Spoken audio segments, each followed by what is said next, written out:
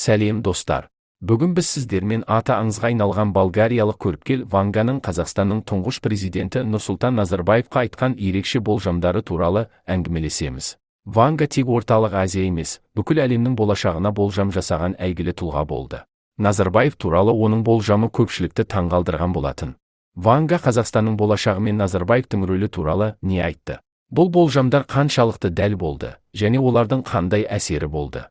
Осы сұрақтарға жауапты осы видеода талқылаймыз.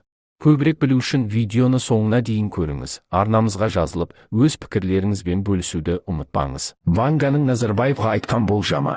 1984 жылы Назарбаев іс-сапарлардың бірінде Ванганың қабылдауында болады. Алайда бұған дейін Ванга Назарбаевты ұзақ уақыт бойы қабылдамай келген тек билік басшыларымен араласумен ғана әрең көндіреді. Сол кездегі 44 жасар Назарбаевға Ванга мынаны айтқан: сен өзің елестете алмайтындай асқан бай боласың, бірақ бұл байлық саған бақыт әкелмейді. Сенің қолыңда өте үлкен шексіз билік болады. Бірақ бұл биліктен түбі айырыласың. Ата-бабаның рухтары саған разы емес. Сенің елінің ұлы батыры билеушісі балғын, оның басы денесінен бөлек. Сол батырдың басы мен денесі қосылғанда сенің халқының рухы көтіледі. Бірақ есіңде болсын, күні сен билгіліктен айырыласың.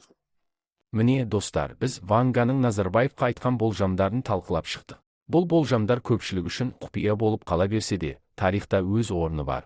Болашақты болжау мүмкін бе, әлде жоқ па, әркімнің өз пікірі бар. Дегенмен Ванганың айтқандары бізді ойландыруы мүмкін. Егер сізге бұл видео ұнаса, лайк басып, арнаға жазылуды ұмытпаңыз.